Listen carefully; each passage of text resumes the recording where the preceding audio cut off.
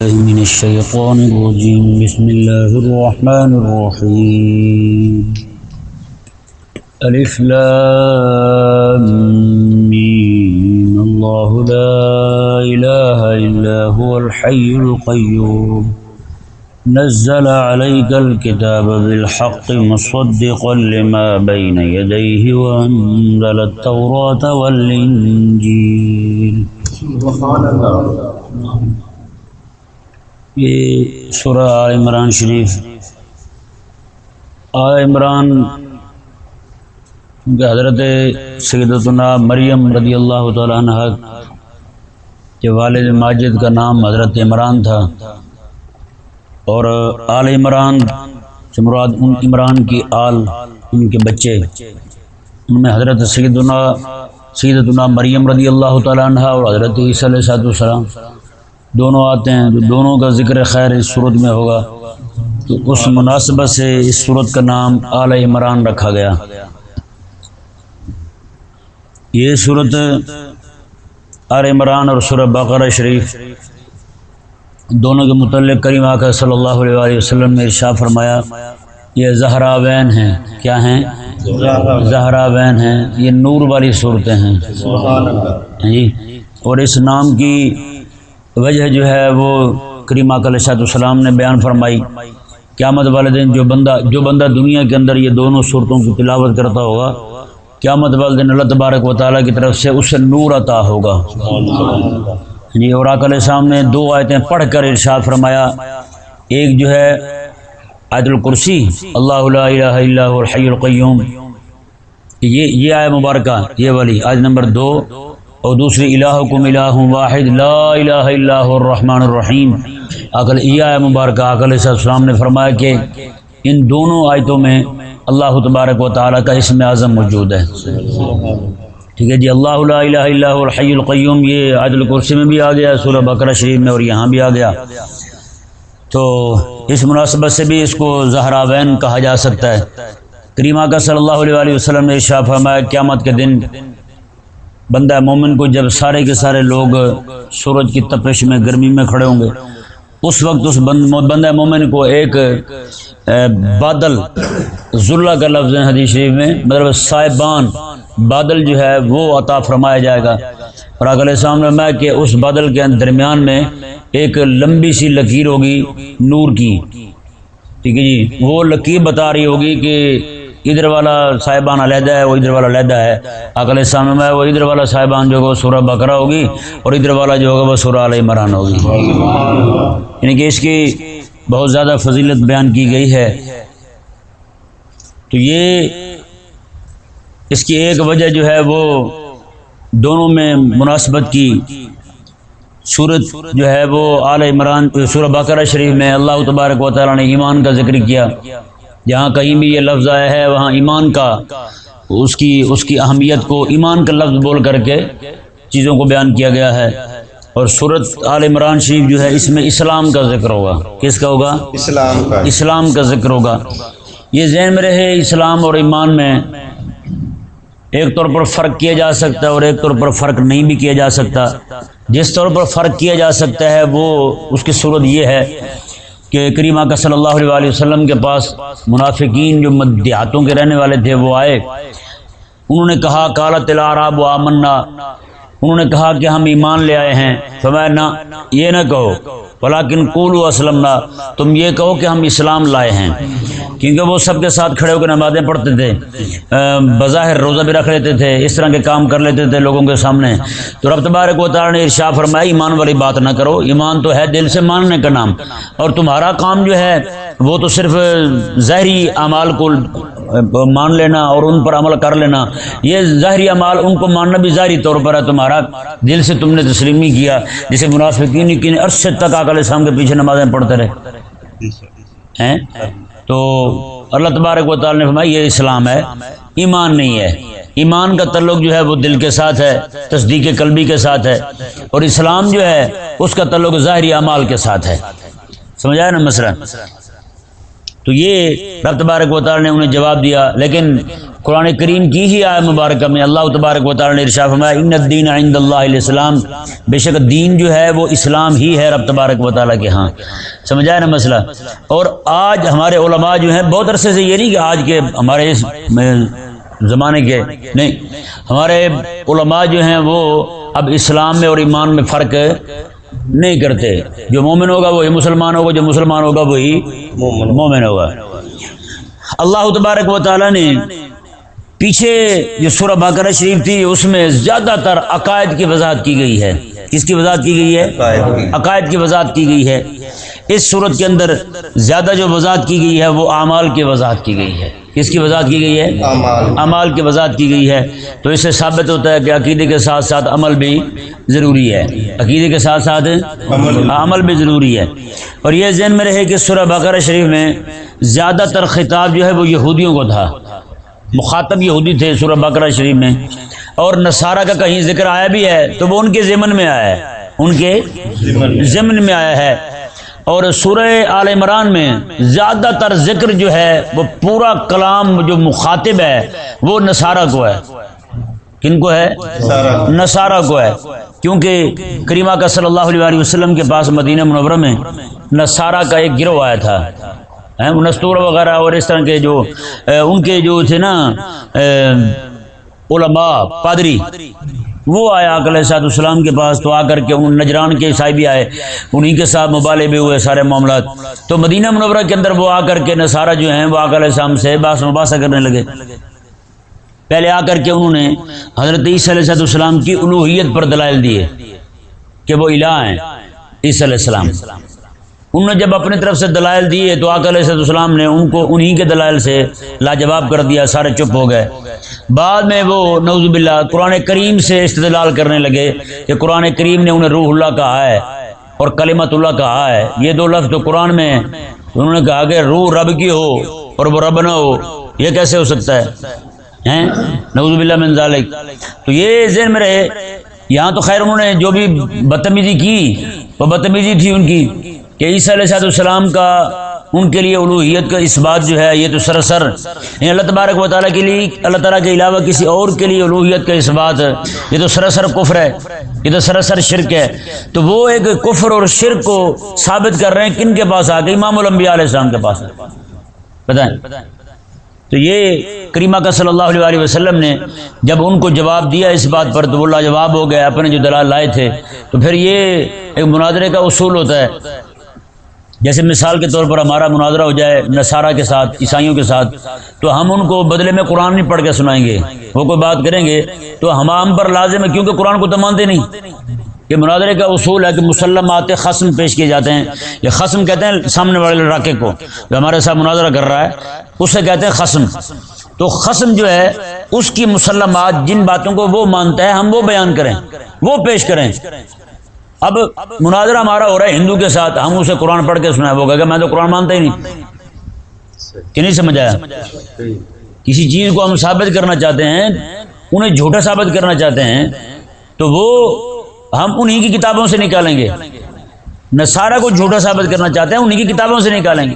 یہودیوں کو جھوٹا ثابت کرتے ہیں ہم، تو ہم ان کی کتابوں سے نکالیں گے، کیونکہ مسلمات خصم جو ہے ان کو بیان کرنا ضروری ہوتا ہے. تو وہ دلیل جو ہے انہوں نے اسی قاعدے کو پیش نظر رکھتے ہوئے کہ اب ہماری باتیں مان کر سن کر تو عیسیٰ علیہ السلام کو خدا مان نہیں رہے، تو کیوں نہ ہم ان کے سامنے وہی پیش کریں جو انہی کی قرآن میں سے ہے. تو نعوذ باللہ من ذالک کہ وہ قرآن کریم سے کلمت اللہ اور روح اللہ کے لفظوں کو پکڑ کر کے عیسیٰ علیہ السلام کے لیے الوہیت ثابت کرنے لگے.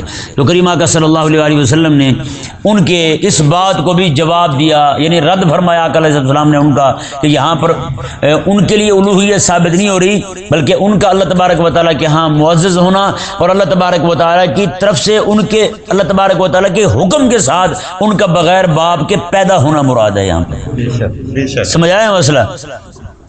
تو ایک تو بات یہ ہو گئی. اب دوسری بات جو ہے وہ یہ ہے، یہاں پر سورۃ بقرہ شریف کے آخری ابھی دیکھیں یہاں اوپر فانصرنا علی القوم الکافرین یہ لکھا ہوا ہے. یہ آخر میں دعا کی گئی رب تعالیٰ کی بارگاہ میں، مولا کافروں کے خلاف ہماری مدد کر، میدان جہاد میں ہمیں فتح عطا فرما. تو سورہ آل عمران شریف کے آخر میں اللہ تبارک و تعالیٰ نے یہ آدھی سے زیادہ سورت جو ہے نا یہ صرف توحید پر مشتمل ہے، صرف توحید پر مشتمل ہے۔ آدھی سورت سے آگے جا کے بہت زیادہ آگے جا کر کے پھر غزوہ احد کا ذکر آئے گا تفصیلاً، غزوہ بدر کا ذکر آئے گا، تو پھر اور اس طرح کر کے ایک دو غزوات کا ذکر آئے گا۔ تو یہ اللہ تبارک و تعالیٰ نے ان دونوں کے اندر یہ مناسبت رکھی، یعنی سورہ بقرہ میں یہ دعا کی گئی مولا ہمیں فتح عطا فرما، تو اللہ تبارک و تعالیٰ نے سورہ آل عمران میں بتایا کہ جو مجھ سے میدان جہاد میں کھڑے ہو کر دعا مانگتے ہیں میں انہیں کیسے فتح عطا فرماتا ہوں۔ سبحان اللہ۔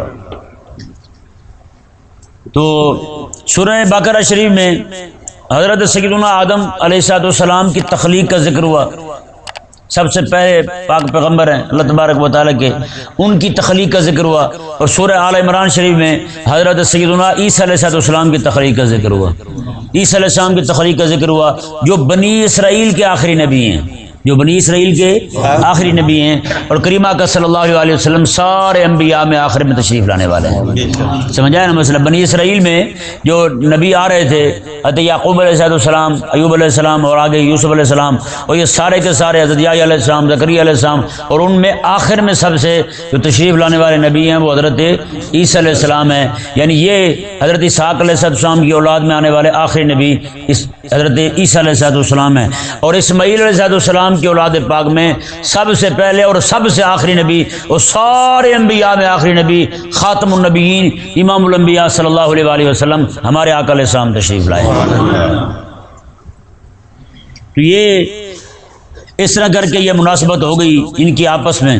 اور دوسرا حضرت سورہ بقرہ شریف میں حضرت آدم علیہ السلام کا، حضرت ابراہیم علیہ السلام کا اور حضرت اسماعیل علیہ السلام کا ذکر خیر ہوا، یعنی یہ وہ انبیاء ہیں جو متقدمین میں سے ہیں۔ کن میں سے ہیں؟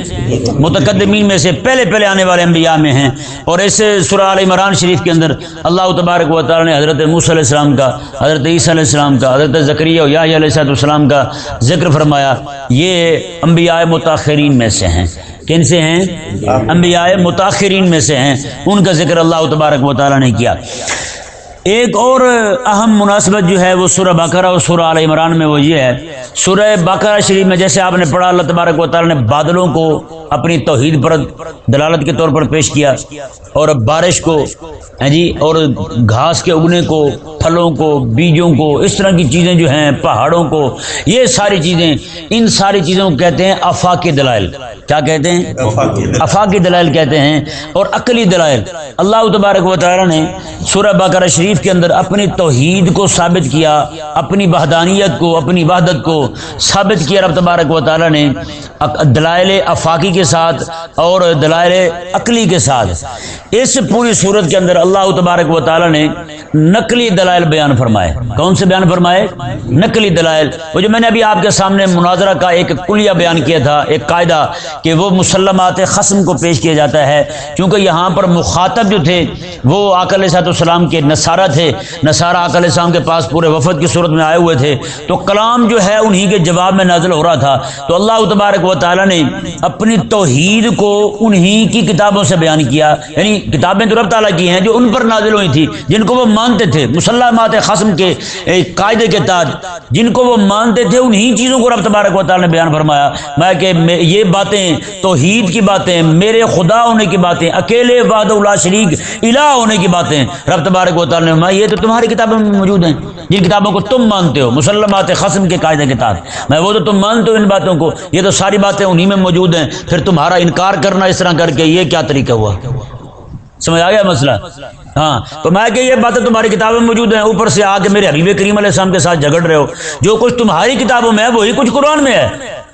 تو ایسا کیسے ہوگا جب تمہیں جواب دے دیا گیا کہ تمہاری کتابوں میں، تمہاری کتابوں سے یہ بات بیان کر دی گئی کہ عیسیٰ علیہ السلام خدا نہیں ہے، وہ الوہیت کے مستحق نہیں ہے، الوہیت کی مستحق ذات اللہ تبارک و تعالیٰ کی ہے، تو پھر تمہارا جب اپنی کتابوں سے ثابت نہ کر سکے تو پھر قرآن سے ثابت کرنے لگے، کیسے پاگل ہو تم؟ تو اس لیے اللہ تبارک و تعالیٰ نے اس پوری صورت کے اندر جو جہاں پر بھی دلائل توحید بیان فرمائے ہیں وہ زیادہ تر نقلی دلائل ہیں، یعنی نقل کے طور پر کسی کتاب سے نقل کرنا۔ وہ کتاب بھی رب تبارک و تعالیٰ کی نازل کردہ کتاب تھی، اور انبیاء کرام علیہ السلام کے صحف سے اللہ تبارک و تعالیٰ نے بیان فرمایا۔ اور اب آ گیا جی یہ الف لام میم، یہ حروف مقطعات میں سے ہے۔ اس کا مطلب ہے مقطعات جوڑ کے نہیں پڑھے جاتے، یہ اب اگر یہ الف لام میم جو ہے اس کی مد یہاں سے ہٹا دی جائے، کیونکہ عرب میں ابھی بھی لوگ قرآن پاک وہ چھاپتے ہیں جن پر زبر زیریں پیشیں نہیں ہوتی، سمجھیے نا؟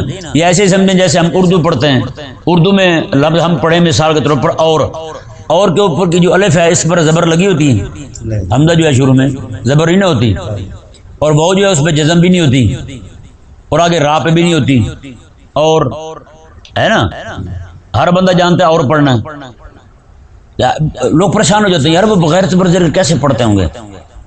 جیسے ہمارے لوگ جو ہے نا انگریزی بول رہا ہو تو حیران ہو رہے ہیں، یار بڑی انگریزی بولتا ہے فر یہ بھائی وہ تو ہے ہی انگریز ہیں، حیرانگی کی کیا بات ہے؟ اور یہ بھی بول رہے ہیں، ہم تو ان پہ حیرانگی نہیں ہوتے، ہم ان کو ویسے بیوقوف سمجھتے ہیں جو اس کسی کی بولی بول کے اس پہ فخر کرے۔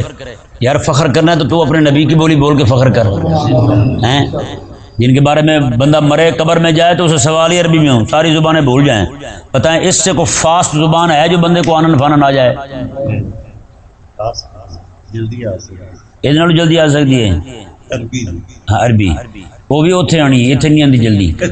ہاں یہاں حقیقت والی بات ہے، حیران کن عربی زبان کے اندر جو اللہ تبارک و تعالی نے توسع رکھا ہے نا، اللہ اکبر، اکیلے اونٹ کے 6000 نام ہیں عربی میں، اکیلے اونٹ کے 6000 نام ہیں، تو بتائیں پھر کیسے بندہ جو ہے نا اس تک پہنچ سکتا ہے؟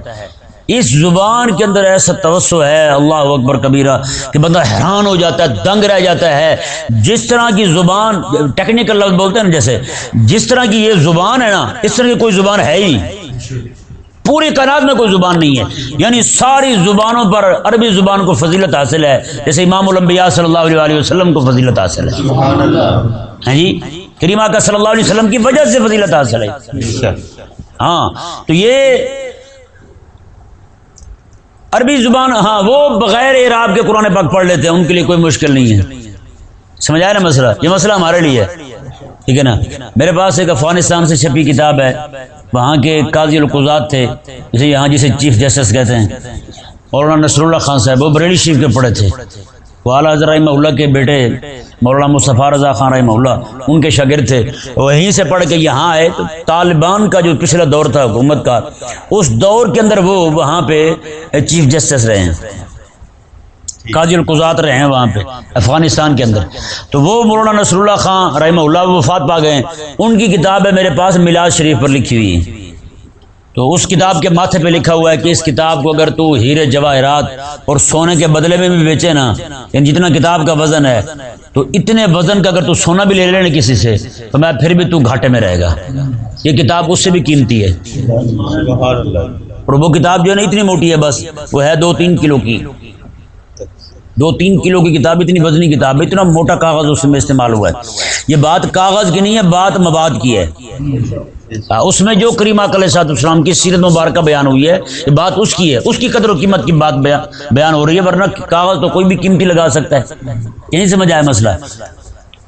تو اللہ تبارک و تعالی نے، اچھا ہاں ان کی کتاب جو ہے نا اردو میں لکھی ہوئی ہے، وہ اردو کی کتاب میں بھی زبر زیریں لگی ہوئی ہیں، اردو کی کتاب میں بھی زبر زیریں لگی ہوئی ہیں، کیونکہ وہاں کے لوگ جو ہیں جن کو پڑھنے کے لیے دی جائے گی کتاب، وہ بیچارے تو اردو نہیں سمجھتے، وہ اردو پڑھیں گے قاعدے کے تحت، جیسے ہم قاعدے کے تحت عربی پڑھتے ہیں، اردو جو ہے ہماری زبان ہے اپنی، ہم نے اس کے ٹینس یاد کیے ہیں اردو کے، بتائیں ایسی گردانیں کبھی کسی نے پڑھی ہوں؟ ایتھے اوتھے اتھاں اتھاں کبھی آپ کی یاد کے کبھی کسی نے؟ سارا کچھ پیدائشی آتا ہے ہمیں گرامر کی ضرورت نہیں ہے پڑھنے کی، ہمیں پتہ بھی کون سی جگہ پر کون سا صیغہ استعمال کرنا ہے، وہ اچانک سے ایسے نکلے گا، ہمیں پتہ نہیں ہوگا یہ کون سا صیغہ ہے، لیکن بولتے جا رہے ہیں۔ اسی طرح کر کے عربوں کا حال ہے، عرب لوگ جو ہیں وہ قرآن کریم کو بغیر زبر زیر کے پڑھ لیتے ہیں۔ اب یہاں پر بھی عرب الف لام میم جو ہے، یہاں پر یہ مدیں اور شد وغیرہ نہ ہو تو یہ کوئی بندہ اکٹھا پڑھے تو علم پڑھے گا، کیا پڑھے گا؟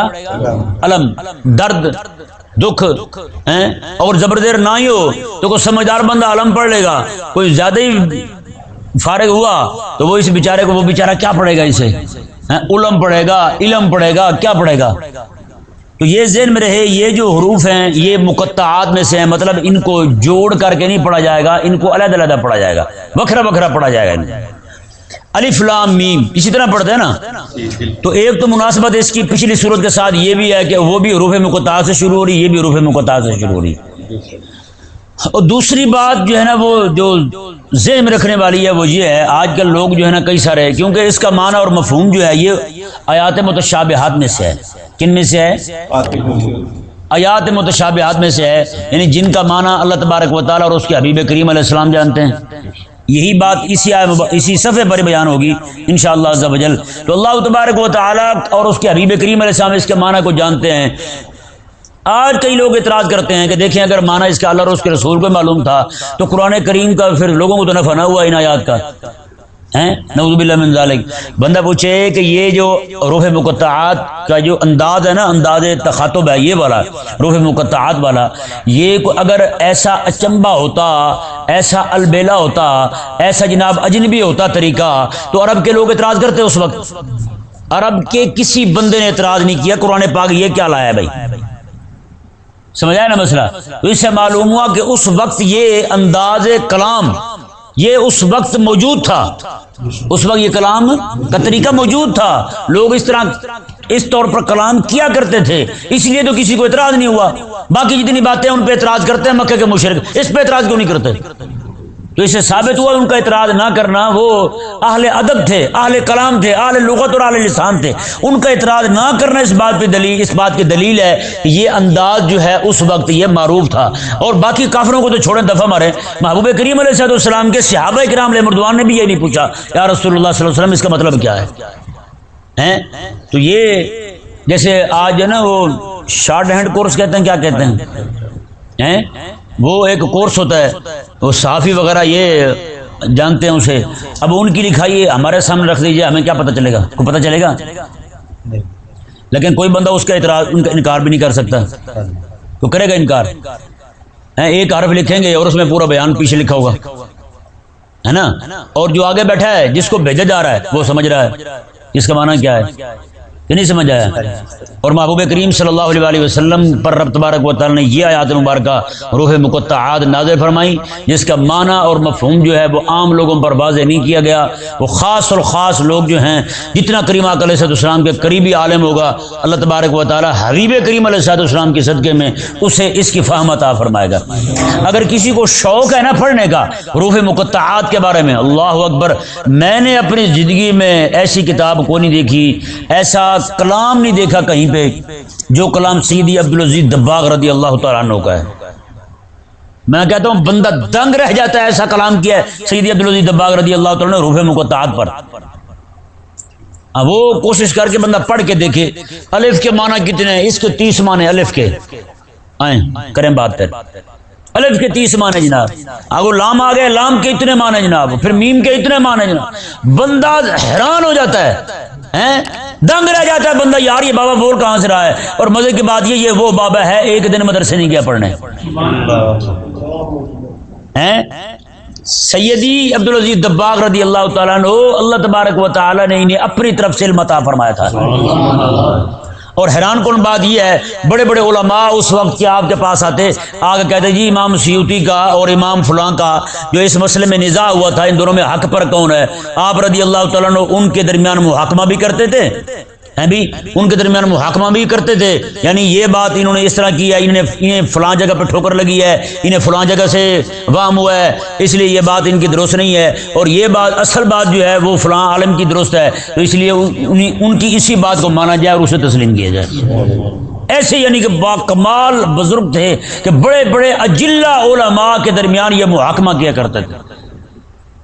اور ایک بزرگ بہت بڑے گزرے ہیں، وہ کیونکہ کئی سارے لوگ ہوتے ہیں جتنا قرب آقا علیہ السلام کا انہیں حاصل ہو جائے اسی طرح اللہ تبارک و تعالیٰ انہیں عطا فرماتا ہے۔ بہت بڑے بزرگ تھے وہ، ان کے پاس ایک عالم آیا، آگے حدیث پڑھنے لگے، کہنے لگے جی آقا علیہ السلام کا یہ فرمان ہے، انہوں نے کہا نہیں حضور کا فرمان نہیں ہے، یا آقا علیہ السلام کا فرمان نہیں ہے۔ انہوں نے کہا آپ تو پڑھے نہیں ہیں حدیث، انہوں نے کہا میں حدیث پڑھا نہیں ہوں، حدیث والے کو تو دیکھا ہے میں نے۔ اس نے کہا یہ تیرے پیچھے آقا علیہ السلام کھڑے مجھے خود فرما رہے ہیں یہ میں نے بات نہیں کی ہے، یہ بات صحیح نہیں کر رہے، یہ جھوٹی روایت پہنچی ہے اس تک عالم تک، یہ وہی بیان کر رہے ہیں، بتائیں یہی سید عبدالعزیز دباغ رضی اللہ تعالیٰ عنہ آپ کے سامنے کوئی روایت بیان کرتے نا جھوٹی، آپ کیا دیتے تھے؟ ماتا یہ حضور کا فرمان نہیں ہے۔ میں نے کہا جی وہ آپ کو کیسے پتا چلا؟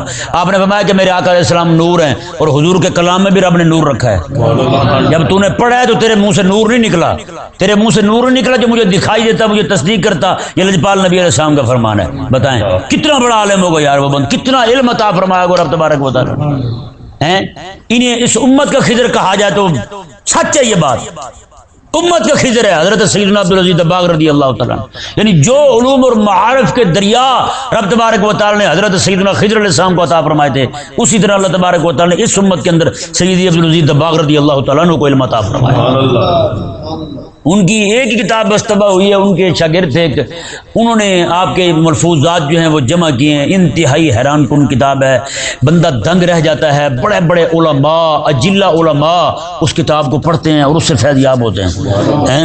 آپ کو کسی نے کہا کہ آقا علیہ السلام کو شب برات کا پتہ نہیں تھا کہ شب برات کب ہوتی ہے، اللہ اکبر، آپ جلال میں آ گئے اور کھڑے ہو گئے۔ آپ نے کہا کہ میں مر جاؤں، مجھے مرے ہوئے کئی سال بیت چکے ہوں، میرا جسم پھول جائے، پھٹ جائے، ٹانگیں میری اس طرح اکڑ جائیں، اٹھی ہوئی اوپر کی طرف، اور آپ نے جو لفظ استعمال کیا میں نہیں بولتا کہ کیا کہا آپ نے، اور میں میری ٹانگیں اٹھی ہوئی ہیں اس طرح کر کے۔ اس وقت بھی کوئی آ کے مجھ سے پوچھے گا نا شب برات کب ہے، میں اسے تاریخ بھی بتاؤں گا، دن بھی بتاؤں گا۔ میں تم بکواس کرتے ہو، میرے نبی کو پتہ نہیں ہے شب برات کب ہے، بتائیں۔ میں تو مرنے کے بعد بھی بتاؤں گا شب برات کب ہے۔ اللہ اکبر۔ تو یہ آپ کا جو اس پہ کلام ہے نا حروف مقطعات پہ، یہ بہت ہی شاندار ہے، وہ پڑھنے والا ہے۔ تو اللہ تبارک و تعالی ہم سب کو سمجھنے کی توفیق عطا فرمائے۔ بقیہ گفتگو انشاءاللہ عز و جل کل کی جائے گی۔